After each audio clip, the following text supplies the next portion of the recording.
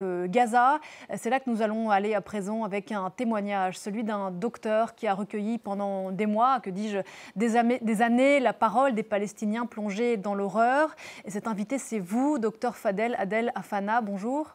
Bonjour. Merci d'être sur le plateau de Parlons-en ce matin. Vous êtes psychiatre.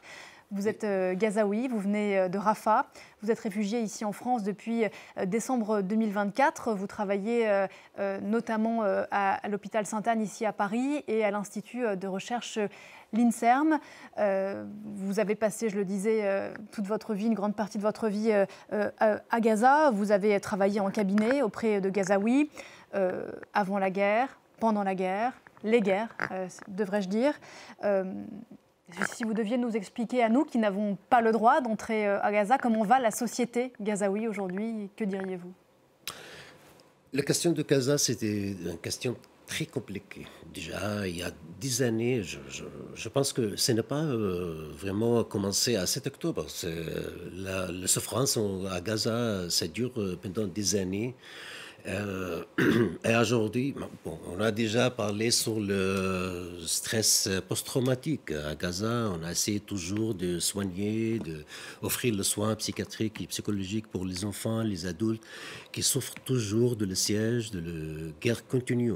Mais après cette guerre-là, c'est que c'était une guerre pas comme toutes les guerres qu'on a vécues déjà.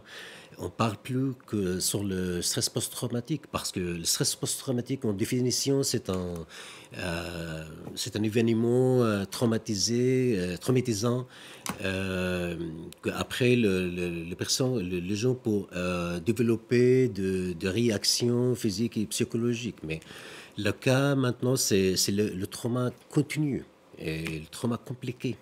Et donc, je pense que les gens à Gaza, les populations à Gaza sont arrivées à la pointe d'un poissonnement. C'est le fatigue totale.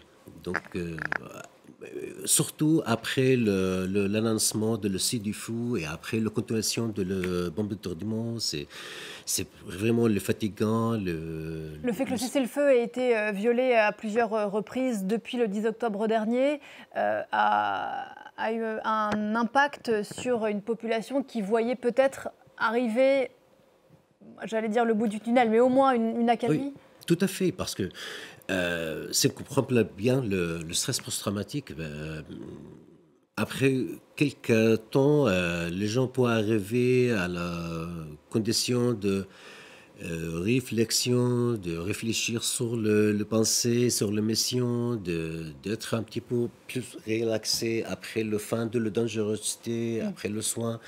Mais maintenant, on n'arrive pas à arriver à ce moment-là parce que c'est continu, la souffrance, les bombardements, la guerre. Donc, voilà ce que je dis, que c'est un traumatisme continuiste, c'est un traumatisme compliqué à soigner.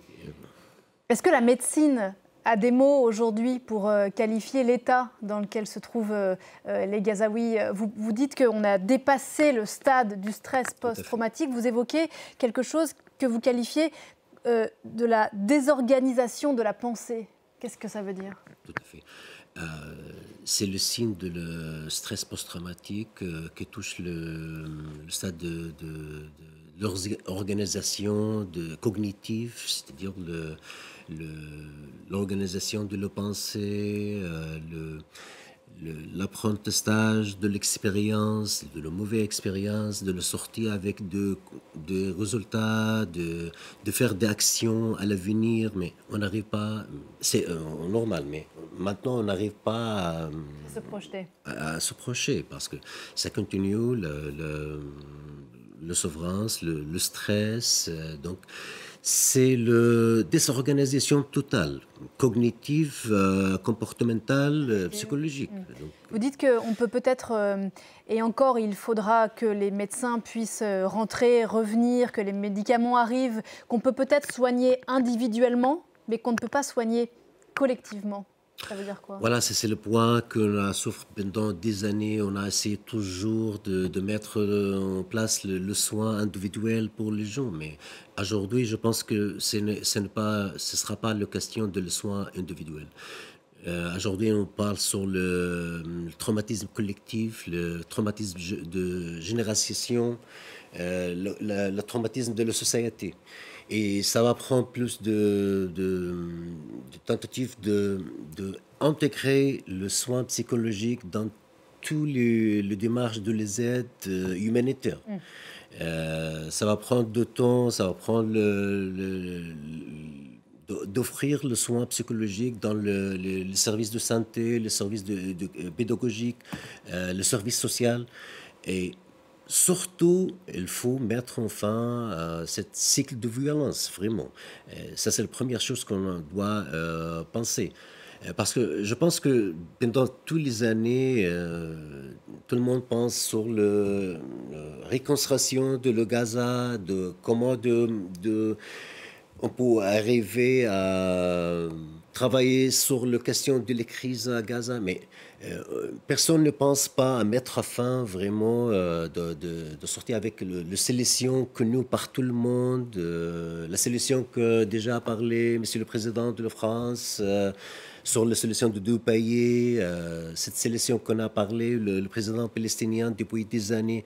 Voilà, c'est la solution connue et reconnue par tout le monde. Et je pense on doit vraiment commencer par ça et après offrir le soin. On ne peut pas reconstruire un territoire si on ne reconstruit pas les cœurs et les esprits Oui. aussi. Merci beaucoup d'être venu ce matin sur le plateau de Parlons-en, Fadel Adel Afana. Bonne journée à vous.